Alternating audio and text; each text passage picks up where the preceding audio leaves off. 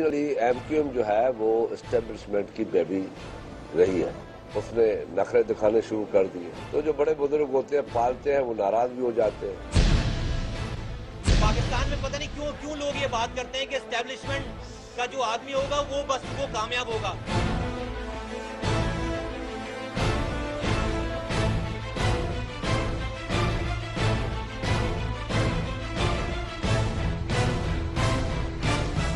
अस्सलामुअलैकुम। प्रोग्राम में आपको खुशामदीद कहते हैं। सियासी डेवलपमेंट्स का मरकज हमेशा से विफाक रहता आया है और इस्लामाबाद भी जरूर इसके हवाले से इम्पोर्टेंट रहा है, लेकिन कुछ दिनों से हम देख रहे हैं कि सियासी तौर पर जो डेवलपमेंट्स हो रही हैं वो बहुत ज्यादा कराची के अंदर देखने में आ रही है, यानी कि सिंध की सियासत में देखने में आ रही है। और कहने वाले ये भी कह रहे हैं कि कराची इस वक्त सियासी हिचकोलों से गुजर रहा है या फिर सियासी अर्थक्वेक्स कराची में आ रहे हैं। चंद एक चीजें जो कि एक के बाद कराची में हुई है। 20 माह के तवील अरसे के बाद सुप्रीम कोर्ट को ख्याल आया है कि कराची बदमनी केस के ऊपर फॉलो अप किया जाए और गुज़िश्ता 2 दिन से उसकी हेयरिंग्स भी चल रही हैं। आईजी सिंध एक के बाद एक रिपोर्ट्स पेश कर रहे हैं कि कराची में अमन कायम हो चुका है और सुप्रीम कोर्ट के जजेस उनकी फिर भी सरजनिश कर रहे हैं। दूसरी जानिब ये भी एक बड़ी डेवलपमेंट है कि रेंजर्स की जानिब से कहा जा रहा है कि जी हमें अपने थाने बनाने का इख्तियार दिया जाए, हमें अपने मुकदमा दर्ज करने का इख्तियार दिया जाए। फिर आखिर पुलिस की क्या जरूरत रह जाती है और पुलिस का जो कयाम का मकसद है, पुलिस की जो भारी नफरी और उनके ऊपर जो अखराजात आते हैं वो फिर आखिर किस खेत की मूली है जो इन तमाम मसाइल का हल नहीं कर सकते हैं। तीसरी अहम डेवलपमेंट जो कि गुज़िश्ता चंद हफ्तों से कराची में चल रही है, मुत्तहिदा कौमी मूवमेंट सिंध की और कराची की अहम तरीन दमात तस्वुर की जाती है। मुत्तहिदा कौमी मूवमेंट में जो दरार मुस्तफा कमाल साहब ने डाली है उसके बाद एक के बाद एक कुछ मजीद रहनुमा भी उसमें शामिल होने जा रहे हैं और आने वाले दिनों में भी ये कहा जा रहा है कि कुछ नए नाम भी एमक्यूएम से टूटकर मुस्तफा कमाल साहब के ग्रुप में शामिल हो सकते हैं। इस पूरी सिचुएशन में पाकिस्तान पीपल्स पार्टी हमें खामोश नजर आती है। इशारों कुनायों में बात तो जरूर की जा रही है लेकिन खुले बंदों कुछ नहीं कहा जा रहा है और विफाक ने अपना दामन समेटकर अपने आप को एक जानिब कर लिया है। आखिर सिंध में होने क्या जा रहा है, इस पर हम बात करेंगे एक ऐसी शख्सियत से जो कि सिंध की सियासत, कराची की सियासत को बखूबी समझती है और इसके साथ न सिर्फ पाकिस्तान पीपल्स पार्टी में अरसा दराज गुजार चुकी है बल्कि मुत्तहिदा कौमी मूवमेंट में भी कुछ अरसे रही है। जी हाँ, बिल्कुल सही पहचाना। नबील गबूल साहब आज के शो में हमारे मेहमान है। नबील साहब, पहले तो बहुत शुक्रिया। मैं आगाज करना चाहूंगी कराची बदमनी केस से। 2 दिन से हम ये देख रहे हैं कि आईजी सिंध साहब कह रहे हैं कि जी कराची में अमन आ चुका है, लेकिन सुप्रीम कोर्ट के जजेस का ये कहना है कि जो रिपोर्ट्स दिखाई जा रही हैं 2015 की हैं। इस वक्त कराची पुलिस क्या कर रही है और वो रिपोर्ट्स भी सारी की सारी रेंजर्स की परफॉर्मेंस के बलबूते पे हैं। क्या समझते हैं कि आखिर होने क्या जा रहा है कराची बदमनी केस में? देखिए, सुप्रीम कोर्ट ने आपको जैसे पता 2 साल पहले ये केस उठाया था और उस वक्त कुछ इंस्ट्रक्शंस दिए थे सिंध गवर्नमेंट को कि उनको क्या क्या करना है। उसमें बहुत डिटेल्ड एक वर्डिक्ट आया था सुप्रीम कोर्ट के चीफ जस्टिस का, लेकिन उस पर अमल नहीं हुआ। जहां तक रेंजर्स की जो ये डिमांड है उस मैं इसलिए हिमायत इस डिमांड की करता हूं कि रेंजर्स जिस शख्स को पकड़ता है, मोस्ट वांटेड को भी अगर पकड़ता है तो 3 महीने बाद उसको पुलिस के हवाले करना पड़ता है और 3 महीने बाद पुलिस जो है क्योंकि हमारे जुडिशियल सिस्टम जिस तरीके से आपको पता है कि विटनेस प्रोटेक्शन ही नहीं है, वो किसी तरीके से बाहर आ जाते हैं। तो इतनी मेहनत एक तरफ जब रेंजर्स कर रही है और उसका रिजल्ट जो है वो 0 है। उसका रिजल्ट ये है कि जितने मोस्ट वांटेड लोग हैं, अभी आप देखें उजैर बलोच का जेआईटी में भी ऐसे लोग डाले गए हैं जो कि सिंध गवर्नमेंट के सबसे चहीते लोग हैं, जो सिंध गवर्नमेंट के लोगों को सलामी देकर जो है वो अपने दफ्तर जाते हैं। तो ये चीजों की वजह से जो ऑपरेशन है ये एक टेम्पररी इस वक्त मैं समझता हूं अमन आया है, लेकिन जिस दिन रेंजर्स यहां से चली जाएगी तो फिर ये दोबारा, क्योंकि ये जो मोस्ट वांटेड लोग हैं ये तो जेल के अंदर से भी ऑपरेट कर रहे हैं या ये जेल से बाहर निकल जाएंगे। अब आप देखिए सफूरा गोट वाले इंसिडेंट में जो कुछ लोग हैं, जिस तरह रेंजर्स ने कहा है कि वो भी रिलीज हो चुके हैं, तो फिर ऐसे ऑपरेशन का कोई फायदा नहीं। इसका 2 तरीका है, या तो मैं समझता हूं कि रेंजर्स जो इख्तियारात मांग रही है वो सुप्रीम कोर्ट की तरफ से उनको मिलनी चाहिए। अगर रेंजर्स को इख्तियारात नहीं मिलते हैं तो फिर सुप्रीम कोर्ट जो है वो कोई किरदार अदा करे, क्योंकि हम नहीं चाहते कि जमहूरियत डिरेल हो, हम नहीं चाहते कि सिंध के अंदर गवर्नर रूल लगे। अब मैं समझता हूं कि जो आगे आने वाले दिनों में चीफ जस्टिस ऑफ पाकिस्तान कोई ना कोई अहम इंपॉर्टेंट रोल प्ले करेंगे सिंध के हवाले से। यानी नबील साहब ये समझा जा सकता है कि इस वक्त अदलिया को फ्रंट पर रखते हुए अदालत से कोई ऐसा फैसला लिया जा सकता है कि रेंजर्स एक मुस्तकिल होल्ड रखें कराची की सूरत हाल के ऊपर और कराची के अंदर भी, या फिर ये कि रेंजर्स को रुख्सत, क्योंकि आज हम देख रहे थे कि चीफ सेक्रेटरी सिंध साहब की जानिब से जो जवाब आया है यानी कि सिंध हुकूमत का, उसमें यह कहा गया कि रेंजर्स थाने की तजवीज कानून के मुतवाजी कानून बनाने के मुतरादिफ है, और फिर उन्होंने ये भी कहा कि ये एक पेचीदा प्रोसेस है तो कानून को भी मद्देनजर रखना पड़ेगा। आप समझते हैं कि सिंध हुकूमत वाकई चाहती है कि ऐसा किया जाए? ये तो मुझे नहीं पता कि सिंध हुकूमत क्या चाहती है क्या नहीं चाहती है, लेकिन सिंध हुकूमत परेशान बहुत है ये सारे, क्योंकि सिंध हुकूमत रेंजर्स को जो है इख्तियारात नहीं देना चाहती थी। आपको पता है कि उन्होंने एक्सटेंशन भी नहीं देना चाहते थे, फिर चौधरी निसार ने मुदाखलत की, लेकिन उसके बावजूद मैं समझता हूँ कि रेंजर्स को कंट्रोवर्शियल बनाने की बहुत सारी कोशिश की गई है। आपको पता है कि चीफ जस्टिस साहब ने कल IG सिंध से जो सवाल कर रहे थे वो आगे से कहते हैं मुझे पता नहीं है, तो वो कह रहे थे भाई आप IG पुलिस है तो आप नेक्स्ट टाइम आएंगे बगैर यूनिफॉर्म के आए मेरे सामने, आप कैसे IG है? तो ये सारी चीजें हुई हैं सुप्रीम कोर्ट के अंदर, और मैं बिल्कुल, मुझे अब ये यकीन है कि सुप्रीम कोर्ट को आगे रखकर जो है अब कराची ऑपरेशन को मजीद तेज किया जाएगा। और ऐसे साहब आपके ख्याल में विफाक इसमें साथ देगा अगर अदालत कोई ऐसा फैसला लेती है, सिंध हुकूमत अलग खड़ी हो जाती है, विफाक सपोर्ट करेगा? मुझे वफाक का तो इतना नहीं पता, प्राइम मिनिस्टर का नहीं पता, लेकिन चौधरी निसार ऑन बोर्ड जरूर होंगे।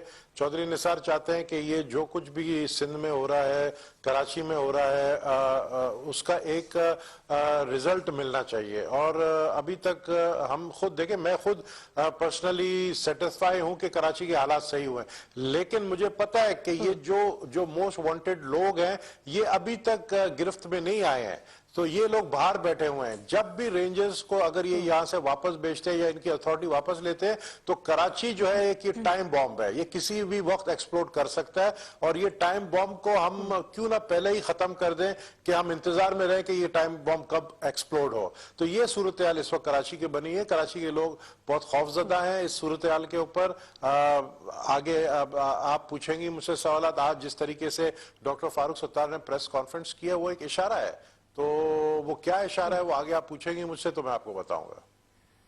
नहीं, डॉक्टर फारूक सत्तार साहब ने तो खासे इशारे दिए, डॉक्टरों के हवाले से भी इशारे दिए, सफाई मुहिम की भी उन्होंने बात की, हर तरह की सफाई वो कह रहे हैं कराची में होने जा रही है। मैं इस टॉपिक को थोड़ा सा रैप अप करना चाहूंगी। रेंजर्स के हवाले से मुझे सिर्फ मुख्तसरन बता दीजिएगा कि वो ये कह रहे हैं कि पुलिस दबाव में है। जब रेंजर जैसा इदारा ये डिस्क्लोज कर रहा है, स्टेटमेंट दे रहा है कि जी पुलिस यहाँ की सियासी दबाव का शिकार है, तो फिर आप समझते हैं कि कोई ऐसी कंडीशन रह जाती है कि पुलिस से कोई फर्दर काम लिया जाए? देखिए, पुलिस सिर्फ सियासी दबाव में नहीं है, पुलिस खौफजदा भी है। 1992 के ऑपरेशन के बाद एक एक पुलिस SHO को, इंस्पेक्टर को, DSP को चुन चुन के मारा गया कराची के अंदर, तो खौफजदा भी है। पुलिस भी समझती है कि यार आज ये ऑपरेशन है, कल को नहीं रहेगी, यही लोग फिर हमें आके मारेंगे, तो वो खौफ की फिजा पुलिस के अंदर भी है। प्लस ये भी हकीकत है कि पोलिटिसाइज पुलिस है। अगर आप आपके चाहते हैं तो आपको फिर आपका मनपसंद डिस्ट्रिक्ट मिल जाता है, आप वहां के SSP बन जाते हैं। अगर आप किसी के चाहते हैं तो आपको SHO का ओहदा भी मिल जाए। मेरिट पे कोई पुलिस वाला जो है यहाँ नहीं लगता, सब सिफारिशी है। अगर होम मिनिस्टर भी सिफारिशी है तो फिर SHO भी सिफारिशी होगा। तो ये चीजें तो हकीकत है। और फिर आपके पास प्रोसिक्यूशन सिस्टम भी ऐसा है कि आपके पास विटनेस प्रोटेक्शन ही नहीं है। कौन आगे गवाही देगा? उजैर बलोच के ऊपर 400 कत्ल केस है, लेकिन उसके ऊपर सिर्फ 2 केसेस के ऊपर विटनेस तैयार आने के लिए। अगर आप 400 मर्डर केस वाले को आप नहीं लटका सकते हैं तो फिर आप क्या जस्टिस दे सकते हैं? बिल्कुल ठीक। अच्छा गबूर साहब, ये फरमाएगा कि रेंजर्स अपने थाने और अपने इख्तियारात मांग रहे हैं इंदराज के हवाले से, आप समझते हैं कि ये सही सोल्यूशन है कि रेंजर्स को थाने बना के दे दिया जाए और कराची को वो टेक ओवर कर लें? और दूसरा ये कि पेशावर के भी जो CM है, जो KPK के CM है, वो भी ये डिमांड कर रहे हैं कि रेंजर्स अब KPK में भी आनी चाहिए, पेशावर में भी आने चाहिए। तो अब क्या रेंजर्स ही आखिरी सोल्यूशन रह गया है पाकिस्तान के अवाम के पास? देखिए, जब हम रेंजर्स की बात करते हैं तो बहुत सारे लोग ये भूल जाते हैं रेंजर्स एक पैरामिलिट्री फोर्स है। रेंजर्स जो है वो एक मेजर जनरल के अंडर है, चल रहा है, जो DG रेंजर्स हैं। रेंजर्स का जो DG रेंजर्स है वो मेजर जनरल है, वो रिपोर्ट करता है आपके आर्मी चीफ को। तो ये कोई भूल नहीं जाए कि रेंजर्स पैरामिलिट्री फोर्स है। अगर सिंध गवर्नमेंट को या दूसरे इदारों को इतराजात है तो फिर आप आर्टिकल 245 लगा दें, फिर आप फौज के हवाले कराची को कर दें ताकि उस गंद को साफ करे। और मैं समझता हूं सिर्फ कराची को नहीं, सिर्फ सिंध को नहीं, फिर तो सारे पूरे मुल्क में आर्टिकल 245 लगना चाहिए। अगर लाहौर में भी यही सूरत हाल है, पेशावर की खुद चीफ मिनिस्टर कह रहे हैं केपीके के कि वहां पे भी लगना चाहिए, तो फिर आप रेंजर्स से तो आप काम अगर लेना चाहते हैं तो फिर आप आर्टिकल 245 लगाए। जबकि कॉन्स्टिट्यूशन में ये एक आर्टिकल है, आर्टिकल 245, जब आप धरने में पार्लियामेंट हाउस और प्राइम मिनिस्टर हाउस को बचाने के लिए आर्टिकल 245 लगा सकते हैं, तो मुल्क को बचाने के लिए आर्टिकल 245 क्यों नहीं लगा सकते हैं?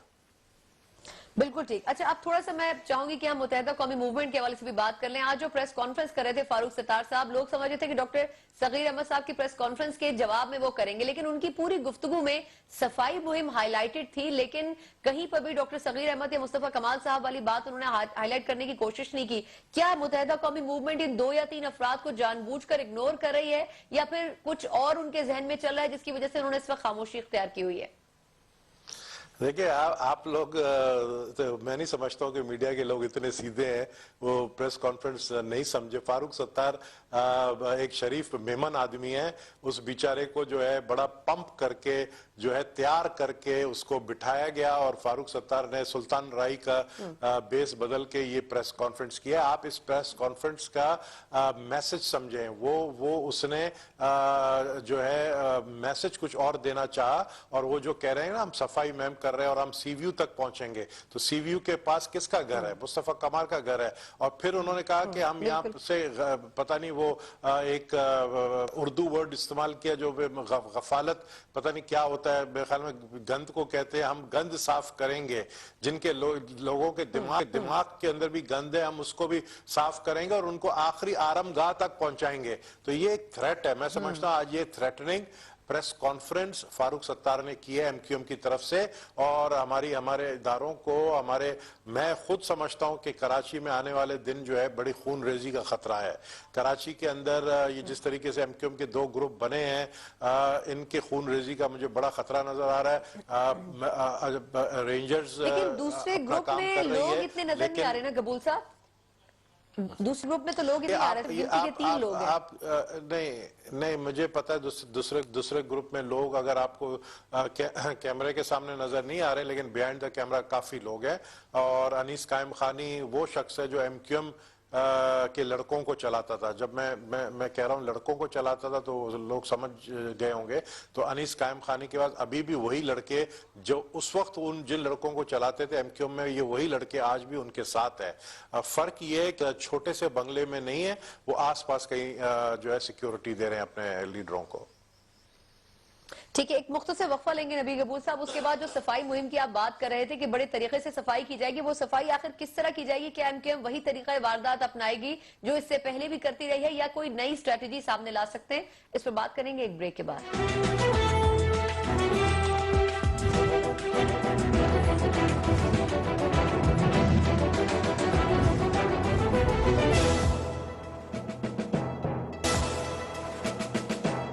ब्रेक के बाद एक बार फिर खुशामदीद कहते हैं। नबील कबूल साहब, हम ब्रेक से पहले बात कर रहे थे कि एमक्यूएम ने आज सफाई मुहिम का आगाज कर दिया, और आप कह रहे हैं कि ये सफाई मुख्तलिफ अक़साम की भी हो सकती है। ये फरमाइएगा कि ये आखिर प्रैक्टिकली पॉसिबल कैसे होगा? और बड़ी इंपॉर्टेंट बात आपने जो कही कि आखिरी हिस्से, आखिरी स्टेज तक लेके जाया जाएगा सफाई मुहिम के दौरान, मुख्तलिफ अनासिर को, शख्सियात भी उसमें शामिल हो सकती हैं, तो ये प्रैक्टिकली पॉसिबल कैसे होगा?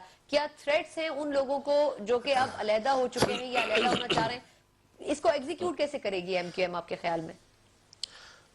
देखें, एमक्यूएम इस वक्त अपने साख को बचाने के लिए इस तरह की बातें कर रही है, तो पॉसिबल है ही नहीं। दूसरी बात यह कि कराची सिर्फ अजीजाबाद, फेडरल बी एरिया, गुलशन इकबाल, नॉर्थ नाजमाबाद नहीं है, कराची में लियारी भी है। आप आए ना, लियारी में भी सफाई मैम करें।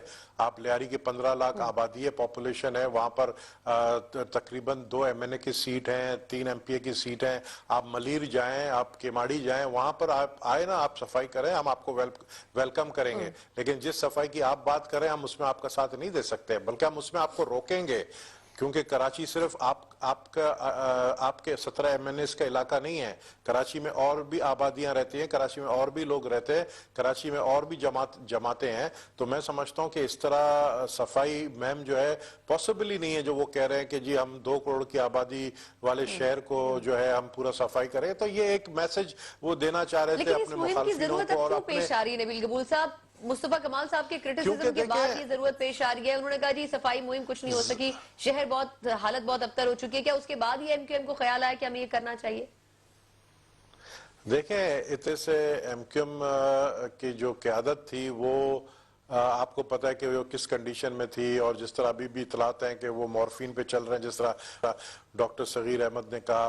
और जो सिचुएशन जिस सिचुएशन में वो हैं तो वो सो रहे थे। और जो राब्ता कमेटी के लोग थे वो भी जो है वो अवाम की बेहतरी के लिए कुछ नहीं कर रहे थे। अब जब उनको चैलेंज का सामना पेश आया, अब आप वो देख रहे हैं कि डॉक्टर्स, इंजीनियर्स और पढ़े लिखे लोग उस तरफ जा रहे हैं, तो अब वो घबराहट में जो है ये इन्होंने फैसला किया है कि जी हम कुछ करके दिखाएं। अब आप सफाई मुहिम के लिए आपके 126 यूनियन काउंसिल तो आपने जीते हैं कराची से, और जीते हुए भी इसको 3 महीने से ऊपर हो गए। इतने 3 महीने तक आपको ख्याल नहीं आया और आप अभी कह रहे हैं हम सफाई मुहिम शुरू करते हैं, तो अच्छी बात है। लेकिन पावर्स नहीं थी ना, वो तो आज भी ये कह रहे हैं कि पावर्स जब तक इख्तियारात नहीं मिलते तब तक हम ये मुहिम जारी रखेंगे। इख्तियारात ही नहीं है उनके पास।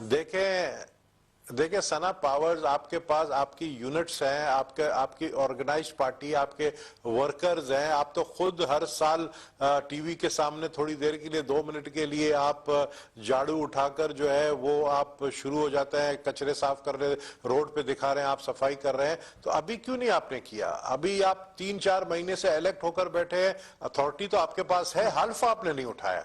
अब हल्फ अगर आप इंतजार में रहेंगे कि जब तक हम हल्फ उठाएंगे, जब तक हम काम नहीं करेंगे, तो आप देखें आज कराची की क्या हालात है। तो मैं समझता हूँ इनको एक खौफ, इनको मुकाबले का एक फिजा पैदा हो गई है, और उन लोगों को भी रोकने की कोशिश कर रहे हैं जो मुस्तफा कमाल के कैंप में जाना चाहते हैं, वहां से ड्राई क्लीन होकर निकलना चाहते हैं। तो ये खौफ भी जो है इनको इस बात पर मजबूर कर दी कि ये सफाई इनको कुछ ना कुछ इनिशिएटिव लेना था। आप कह रहे हैं कि इसलिए घबराहट में उन्होंने इस मुहिम को शुरू कर दिया। थोड़ा सा मुस्तफा कमाल साहब की एंट्री पे बात करना चाहूंगी आपसे। पहले अनीस कायम खानी साहब आए मुस्तफा कमाल साहब के साथ, फिर डॉक्टर सगीर अहमद भी शामिल हो गए। लगता है आपको कि कुछ मजीद लोग भी MQM से निकल के उनके पास जाएंगे? कुछ ऐसे लोग हैं जो खामोश हैं, इस वक्त सामने नहीं आ रहे? देखें, जो कल डॉक्टर सगीर ने बातें की है, ये मैं आपको बताऊं कि जब मैं 14 महीने था MQM के अंदर, तो MQM के जो राब्ता कमेटी के लोग और जो MNAs हैं वो इसी तरह की बातें निजी महफिलों में करते थे। वो अपने लीडरशिप के तकरीरों से, उनकी हरकतों से बहुत तंग आ चुके थे, और ये बातें ओपनली वो अब करने लगे थे। इसीलिए मैं समझता हूं कि आगे आने वाले दिनों में मुझे नजर आ रहा है कि और भी लोग टूटेंगे, और भी लोग जाएंगे। लेकिन वो लोग जाएंगे जो क्लीन लोग होंगे, जो क्लियर लोग होंगे, और प्लस जो मुस्तफा कमाल ने मैसेज दिया है उन लोगों को जो अजियत में, अजाब में हैं, और जो कि इस ऑपरेशन की वजह से मुल्क से भी बाहर हैं, जेल में हैं, और जो कि 2 नंबर लोग हैं, उनको भी कहा कि जी अपने आप को अगर साफ करना है, अपने आप को ड्राई क्लीन करना है, तो मुझसे राब्ता करें। तो ऐसे भी बहुत सारे परेशान लोग हैं जो कि मजबूरन पार्टी के लिए इस तरह के काम करते थे। तो मैं समझता हूं कि ये कोई ये ना समझे कि ये थ्रेट नहीं है, ये MQM के लिए थ्रेट तो है। पॉलिसी है कि वो ड्राई सकते हैं लोगों को, कबूल साहब? और दूसरा ये कि क्या ड्राई क्लीन होकर वापस सियासत में आना, आप समझते हैं कि लोग उन्हें इलेक्ट करवाएंगे दोबारा से? ये पावर मैं नहीं कह रहा हूं कि वो कर सकते हैं, आपके ख्याल में? मैं नहीं कहता हूं कि वो कर सकते हैं, मैं ये कहता हूं कि उन्होंने ये एक मैसेज दी है अपने MQM के लोगों को। आप देखें ना कि ये MQM पार्ट 2 बन चुकी है। ये कोई ना समझे कि ये कोई दूसरी जमात, ये MQM पार्ट 2 बन चुकी है, और ये सिर्फ और सिर्फ महाजरों का ही कार्ड खेल रहे हैं। और अब अभी तक आप देखें कि उनके पास वही MQM के लोग टूट कर आ रहे हैं, और इसी तरह MQM के लोग कैसे हुई? अगर हम ये गुत्थी आपसे कहें कि जरा सुलझाएं, ये आखिर लॉन्चिंग कैसे हुई? अचानक मुस्तफा कमाल साहब एक अच्छी जॉब, एक अच्छी हैंडसम सैलरी छोड़कर आ गए, अनीस कायम खानी साहब के ऊपर मुकदमात, वो भी उनके साथ वापस आ गए, जमीर जागा, अच्छी बात है। लेकिन आखिर क्या वजूहात ऐसी हुई? आपको लगता है कि मामला ऐसा ही है जैसा नजर आ रहा है? देखिए, जिस तरह मैं तो ये बिलीव करता हूं कि इंसान का ज़मीर चाहे वो 1 साल में जागे या 30 साल में जागे, लेकिन मुस्तफा कमाल कहता है कि मेरा जमीर जो है वो 3 साल में जागा और मैं दोबारा आया हूं। तो अगर उसका जमीर जागा है तो अगर वो कहता है कि ठीक है जी, मैं अपने पास्ट पर शर्मिंदा हूं और मैं आगे कुछ अच्छा करना चाहता हूं मुल्क के लिए, तो हमें उस पे जो है ना कोई बैठ के ये नहीं सोचना चाहिए कि किसको इनको लाया गया है, ये प्लांटेड है, बल्कि ये सोचना चाहिए कि मुल्क के लिए अच्छा हो रहा है तो होने दे, इवन इट्स प्लांटेड ऑल्सो। और जिन्होंने प्लान किया, जिन्होंने प्लांट किया मुस्तफा कमाल को, तो मुल्क की बेहतरी के लिए किया है ना, तो हमें वेलकम करना चाहिए उनको।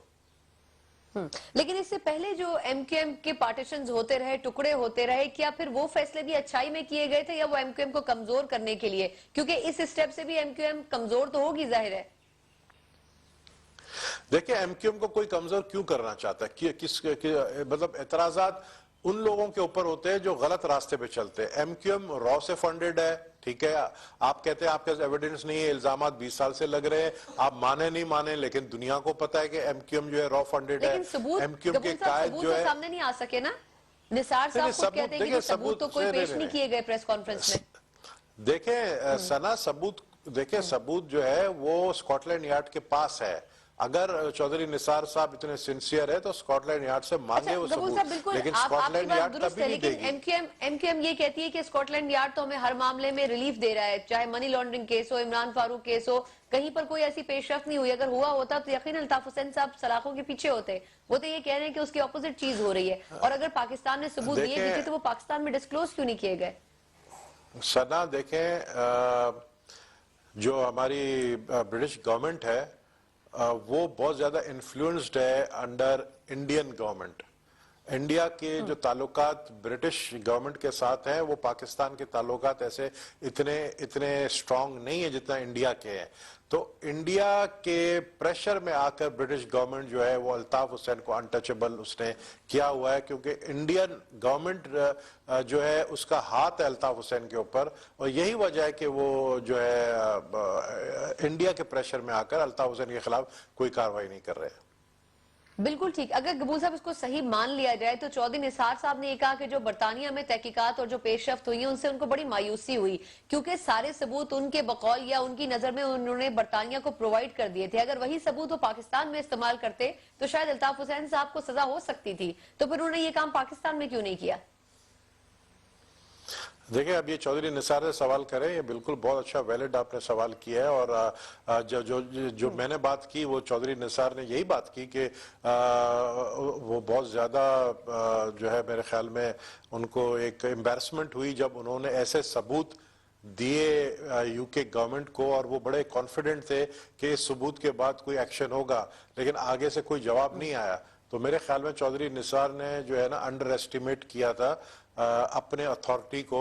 तो वो अगर यहाँ पर इस सबूत को पेश करते, और आपको पता है कि even if Altaf Hussain is British national, तो पाकिस्तानी बॉर्न होने के नाते पाकिस्तानी पासपोर्ट भी है उनके पास, पाकिस्तानी शिनाख्ती कार्ड भी है, तो गवर्नमेंट ऑफ पाकिस्तान इंटरपोल से रुजू कर सकती थी, लेकिन वो भी अभी तक उन्होंने नहीं किया। वो भी आई थिंक एक पॉलिटिकल प्रेशर की वजह से उन्होंने नहीं किया। चले वापस मैं थोड़ा सा मुस्तफा कमाल साहब के टॉपिक पे आना चाहूंगी। ये कह रहे हैं कि गवर्नर से निशतुल इबाद साहब का भी कहीं कोई रोल नजर आ रहा है, और शायद इस वक्त अल्ताफ हुसैन साहब की सिचुएशन को देखते हुए जो केसेस चल रहे हैं उसमें भी कोई नतीजा नहीं आ सका है, तो इसलिए शायद वो कहीं पीछे कहीं मंजर में नजर आ रहे हैं लेकिन सामने नहीं आ रहे। आप समझते हैं कि जो नई डेवलपमेंट ये हो रही है उसमें निशतुल इबाद साहब का कोई रोल हो सकता है? देखिए, मैं इतना जानता हूं कि मुस्तफा कमाल को जो है ना वो गवर्नर सिंध अशरुल इबाद का जो है आशीर्वाद हासिल है, इतना मुझे पता है, और उनके साथ बहुत करीब हैं और बहुत क्लोज है। मैं मजीद नहीं बता सकता कि वो आपस में एक दूसरे से मीटिंग की है उन्होंने या नहीं की है, लेकिन आशीर्वाद हासिल है मुझे पता है। लेकिन ये भी मैं सिर्फ इतना सिर्फ कह सकता हूँ कि गवर्नर सिंध का आशीर्वाद हासिल है इनको। ठीक, एक मुख्तसर वक्फा लेंगे, उसके बाद साना है बल्दिया के हवाले से जो पेशरफ्त के अलावा दीगर मामलात में जो पेशरफ्त हुई है, इमरान फारूक कत्ल केस में भी अब तक जो एक्सपेक्टेशन थी उस पर कोई डेवलपमेंट नहीं हो सकी, इस पर भी नबील गबूल साहब से कमेंट लेंगे एक ब्रेक के बाद।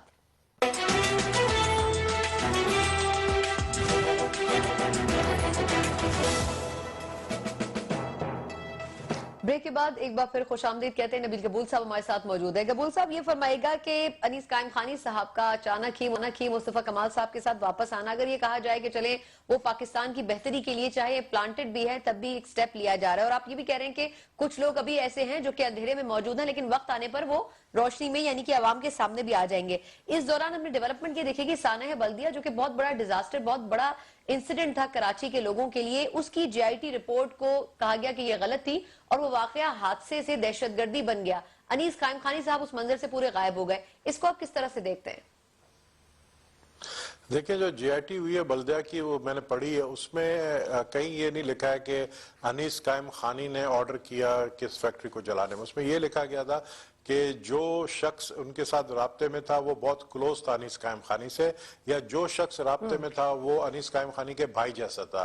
अब वो जीआईटी देखना है, उसमें देखें, ये तो इंतजामिया को मैं समझता हूँ, बल्कि हमारी इंतजामिया को चाहिए कि केस तो बनता है, डॉक्टर आसिम वाला एफआईआर है अनीस कायम खानी के खिलाफ, तो बेहतर ये है कि अपने आप को कंट्रोवर्शियल नहीं बनाए इंतजामिया, और उनको इंट्रोगेट जरूर करे, उनको इन्वेस्टिगेट जरूर करे, क्योंकि उनके ऊपर केस तो बनता है और इन्वेस्टिगेशन भी बनता है। तो ये करना चाहिए हमारी सिंध गवर्नमेंट को, हमारे इंतजामिया को, क्योंकि ये जो लेबल बार बार लग रहा है वो इसी तरह साफ होगा कि ये प्लांटेड है या नहीं है। जब तक आप जो है, अगर मिसाल के तौर पर मैं इस बात को अग्री नहीं करता हूं कि हमाद सिद्दीकी आके इनको ज्वाइन करेगा, क्योंकि मैं पर्सनली जानता हूं कि हमाद सिद्दीकी जो मिलिटेंट विंग है एमक्यूएम का, उसको चलाते थे, और ये बातें सुनने में आ रही है लेकिन उनका नाम लिया जा रहा है, वो भी तो सामने आ सकते हैं ना इसमें, इस सिचुएशन में। देखिए, सामने आ सकते हैं, लेकिन मुझे मुस्तफा कमाल की सिर्फ एक बात पे एतराज है। मुस्तफा कमाल ने कहा कि जी अगर अनीस कायम खानी और अगर हम्माद सिद्दीकी बल्दिया टाउन फैक्ट्री के इंसिडेंट में इन्वॉल्व है तो मुझे फांसी पे लटका दे। लेकिन आप साथ साथ ये भूल गए हैं कि हम्माद सिद्दीकी जो कराची तंजीम कमेटी चलाते थे और काफी सालों से चला रहे थे, और सबको पता है कि कराची तंजीम कमेटी जो थी वो मिलिटेंट विंग को चलाती थी। तो अगर बल्दिया टाउन फैक्ट्री में इन्वॉल्वमेंट नहीं है तो दूसरे चीजों में तो है, तो वो कोई साफ तो बंदा है नहीं। तो आप उसको ड्राई क्लीन करने के लिए अगर अपने पास लेकर आएंगे तो फिर आप पर सवालात उठेंगे, फिर जो आपका जो तहरीक है वो कामयाब नहीं हो सकेगा। ठीक, अच्छा, उनकी अब तक की जो प्रेस कॉन्फ्रेंसेस थी उसमें कुछ क्वेश्चंस लोगों ने जरूर उठाए, लेकिन आप खुद क्या समझते हैं कि मुस्तफा कमाल साहब और जो लॉन्च करने जा रहे हैं वो पार्टी, इसका कोई सियासी मुस्तकबिल है? देखिए, सियासी मुस्तकबिल सब डिपेंड करता है अल्ताफ हुसैन के ऊपर, अल्ताफ हुसैन के फ्यूचर के ऊपर, अल्ताफ हुसैन के हेल्थ के ऊपर, या अल्ताफ हुसैन को जेल हो या फिर वो अल्लाह को प्यारे हो जाए, क्योंकि हर इंसान को ऊपर जाना है। अगर ये सिचुएशन आ जाती है, जो मैंने सुना है कि वो कमरे में बंद हैं और उनकी कंडीशन ऐसी है कि सिर्फ डॉक्टर्स अंदर जा सकते हैं, और वो अपने राब्ता कमेटी के साथ कभी कभार टेलीफोन पे राब्ते में रहते हैं, उनकी कंडीशन सीरियस है। तो अगर वो मंजर से आउट हो जाते हैं या पर्दे से आउट हो जाते हैं, तब तो फिर मैं समझता हूं कि एमक्यूएम दड़ों में तकसीम हो जाएगी। एक ग्रुप वो फारूक सत्तार की लीडरशिप में चलेगा और एक ग्रुप जो है वो मुस्तफा कमाल की लीडरशिप में चलेगा। फिर एमक्यूएम, जैसा मैंने कहा, ये एमक्यूएम पार्ट 2 है, तो एमक्यूएम 2 हिस्सों में बढ़ जाएगी, जिसमें जाहिर है नुकसान एमक्यूएम को होगा। अच्छा, आप समझते हैं इस पूरी सिचुएशन में कि एमक्यूएम जानबूझकर इन बातों पर से पर्दा नहीं उठा रही? एक तरफ मनी लॉन्ड्रिंग केस हो गया, एक तरफ इमरान फारूक कत्ल केस के हवाले से तहकीकात भी चल रही हैं। क्या अल्ताफ हुसैन साहब की जिंदगी को सेहत की हटकर भी क्या दीगर मामला के पॉइंट ऑफ व्यू से क्या कोई खतरा है इस वक्त, और एमक्यूएम जानबूझ के वो बात अपने जो फॉलोअर्स हैं उनके सामने नहीं ला रही है? जी बिल्कुल, मैं समझता हूं कि सीक्रेट रखा गया अल्ताफ हुसैन की कंडीशन को, और जो थ्रेट्स है उनको वो अपने कारकुनों के सामने नहीं बता रहे। और अल्ताफ हुसैन ने, मैं समझता हूं कि बहुत बड़ी गलती की है कि अपना जानशीन किसी को मुकर्रर नहीं किया है। जब जानशीन आप मुकर्रर नहीं करते तो फिर आपके बाद जो है जाहिर है आपकी जो पार्टी है वो ग्रुपों में तकसीम हो जाएगी। तो मैं समझता हूं कि अल्ताफ हुसैन, मुझे 2018 के इलेक्शन अगर होते तो मुझे अल्ताफ हुसैन, ये अल्लाह कुदरत की बातें हैं, मैं तो इसमें कुछ नहीं कर सकता हूं, लेकिन मुझे पर्दे पर नजर नहीं आ रहे। ठीक, आप कह रहे हैं 2018 में वो पर्दे पर नजर नहीं आ रहे, आप सियासी तौर पर कह रहे हैं? सियासी तौर पर मैं कह रहा हूं। ठीक, लेकिन अच्छा ये फरमाएगा कि आप पाकिस्तान तहरीक इंसाफ का भी मैं थोड़ा सा आपसे डिस्कस कर लूं। आप भी अभी तक, आपने कुछ अर्से पहले जो हमें लास्ट इंटरव्यू दिया था, आपने कहा था कि मैं सोच रहा हूं, लेकिन इस वक्त मार्च में बहुत सारी चेंजेस हो सकती हैं। अब वो चेंजेस नजर भी आना शुरू हो गई हैं। एक तो ये कि आपका खुद क्या ख्याल है, क्या आप मुस्तफा कमाल साहब या जो उनकी जमात बनने जा रही है उनसे मुलाकात करेंगे, उनसे इल्हा करेंगे? दूसरा, पाकिस्तान तहरीक इंसाफ के बारे में बताइएगा, वो भी अब मुस्तफा कमाल साहब के इशू के ऊपर दो हिस्सों में बंटती हुई नजर आ रही है। क्या ऐसी कोई पॉसिबिलिटी है कि आप उनके साथ इत्तेहाद करें या फिर पाकिस्तान तहरीक इंसाफ उनके साथ किसी किस्म का इत्तेहाद कर ले आने वाले दिनों में? देखिए, अभी तो मैं वेट एंड सी का पॉलिसी में, जैसे आपके पिछले प्रोग्राम में मैंने कहा था मार्च में कुछ होने वाला है। आप तो वो पुराना क्लिप चलाएं और आप देखें मार्च में कितना बड़ा एक चेंज आ गया है। मैं वेट एंड सी, और मैं जून में भी बहुत बड़ा चेंज देख रहा हूँ, बहुत बड़ा चेंज देख रहा हूँ सिंध की सियासत के अंदर, जो कि अफेक्ट करेगा पाकिस्तान के पॉलिटिक्स को। तो आने वाले दिनों में इंतजार, मैं वेट एंड सी की पॉलिसी इसलिए इख्तियार कर रहा हूँ। अगर उन्होंने आपको खुद दावत दी अब्दुल साहब, अगर खुद दावत दी तो फिर आप क्या जवाब देंगे? देखिए, पहले तो मुस्तफा कमाल साहब को अपनी पार्टी को नॉन महाजिर पार्टी बनाना चाहिए। उनको एमक्यूएम के लोगों को तोड़ के सिर्फ अपने पास लेकर अगर आ रहे हैं, तो फिर मैंने आपको कहा ना ये एमक्यूएम पार्ट 2 बनने जा रही, तो उसमें जाहिर है मेरे जैसे लोग तो शामिल नहीं होंगे। लेकिन अगर वो पाकिस्तान का झंडा उन्होंने उठाया तो फिर वो पाकिस्तान के लेवल की पॉलिटिक्स करे, सिर्फ एक कम्युनिटी के लेवल की पॉलिटिक्स ना करे, ना एक कम्युनिटी के लिए बात करे।